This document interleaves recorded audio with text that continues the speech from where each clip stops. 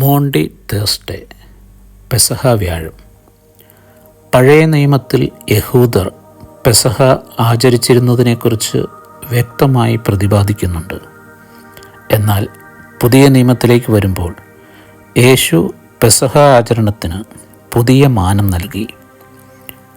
പഴയ നിയമത്തിൽ പെസഹ ആചരണം ആട്ടിൻകുട്ടിയെ ബലി കഴിച്ചുകൊണ്ടായിരുന്നുവെങ്കിൽ പുതിയ നിയമത്തിൽ മിശിഹ കർത്താവ് സ്വയം ബലി അർപ്പിക്കുന്നു എന്നതാണ് മഹത്തായ കാര്യം. തൻ്റെ കുരിശുമരണത്തിന് മുമ്പ് യേശു ശിഷ്യരെ അടുത്തു വിളിച്ച് അവരുടെ പാദങ്ങൾ കഴുകി ചുംബിച്ച ശേഷം അവസാന അത്താഴത്തിനിരുന്നു.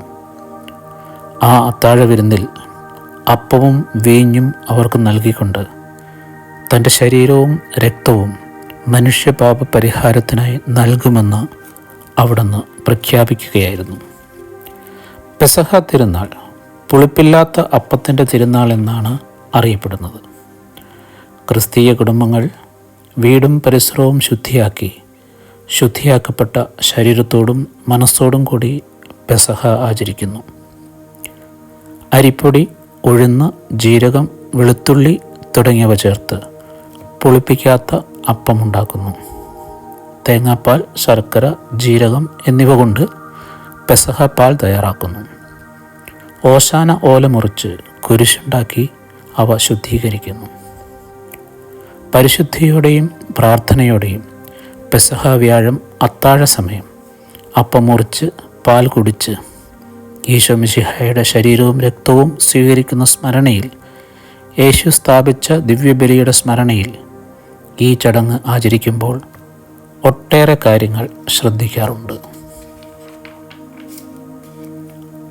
കുടുംബനാഥനാണ് ഈ ചടങ്ങിന് നേതൃത്വം നൽകുന്നത്. സ്വയം ശുദ്ധീകരിച്ച് പ്രാർത്ഥിച്ച് ഒരുങ്ങി കുടുംബനാഥൻ അപ്പം മുറിക്കുന്നു. തുടർന്ന് കുടുംബാംഗങ്ങളിൽ മുതിർന്ന ആൾ മുതൽ പ്രായക്രമമനുസരിച്ച് എല്ലാവരും അത് സ്വീകരിച്ച് എല്ലാവരും ഒരുമിച്ചിരുന്ന് അത് ഭക്ഷിക്കുന്നു. ബാക്കി വരുന്നത് ഭക്ഷിച്ചു തന്നെ തീർക്കുക എന്നതാണ് ആചാരാനുഷ്ഠ. അത് മിച്ചം വരുത്തുകയോ ഉപേക്ഷിക്കുകയോ ചെയ്യരുത് എന്നാണ് നിഷ്ഠ. കുടുംബാംഗങ്ങൾ ഒന്നു ചേർന്നു അടുത്ത ബന്ധുമിത്രാദികളുടെ കുടുംബത്തിലെ ചടങ്ങുകളിലും ഒത്തുചേർന്ന് അപ്പമുറിക്കൽ ശുശ്രൂഷയിൽ പങ്കെടുക്കാറുണ്ട്. അങ്ങനെ ലോകമെമ്പാടുമുള്ള ക്രിസ്തീയ വിശ്വാസികൾ ഏറെ ബഹുമാനത്തോടെ പെസഹ ദിനം ആചരിക്കുന്നു.